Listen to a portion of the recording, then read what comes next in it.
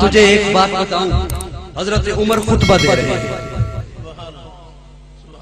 حضرت عمر مسجد نبوی کے منبر پہ جمعے کا خطبہ دے رہے ہیں، اور اس وقت خلیفۃ المسلمین ہیں، امیر المومنین ہیں، خلیفہ وقت ہیں، 22 لاکھ مربع میل کا اکیلا حاکم خطبہ دے رہا ہے، جس کا جلال یہ ہے، دبدبہ یہ ہے کہ آج کا کافر یہ لکھنے پہ مجبور ہے اگر ایک عمر اور آ جاتا پوری دھرتی پہ اسلام پھیل جاتا.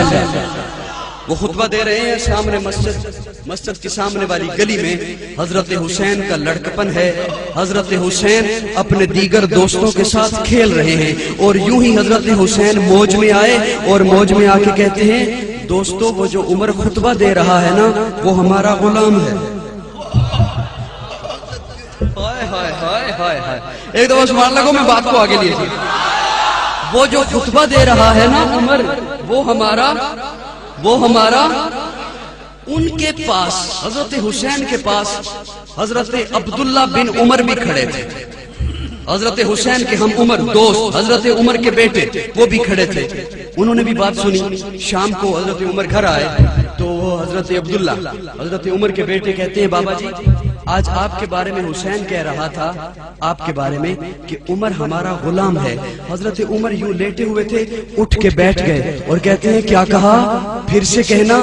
وہ حضرت عبداللہ پھر کہتے ہیں کہ حسین نے کہا آپ کے بارے میں عمر ہمارا غلام ہے. حضرت عمر نے کہا جاؤ حسین کے پاس اور اسے کہو یہ لکھ کر دو.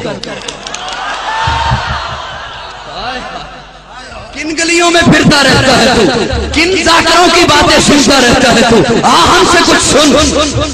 حضرت عمر نے کہا جا حضرت حسین کے پاس اور اسے کہے یہ لکھ کر دے.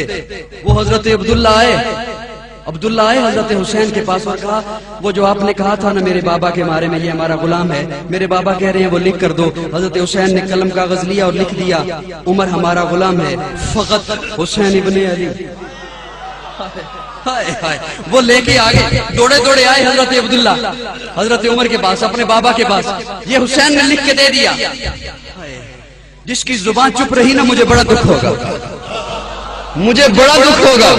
حضرت عمر کے پاس آیا وہ رکا جس پہ حضرت حسین ایک لڑکپن کے عالم میں ایک بچہ ہے لیکن نواسہ رسول کا ہے. اس نے لکھا خلیفہ وقت کا لکھا جس کا روح پوری دھرتی پہ آ گئی ہے، اسے لکھا عمر ہمارا غلام ہے. رکا آ گیا. حضرت عمر نے دیکھا، چوما، آنکھوں کو لگایا اور کہا میرے بیٹے عبداللہ میری وصیت یاد رکھ، جب میں فوت ہو جاؤں میرے سینے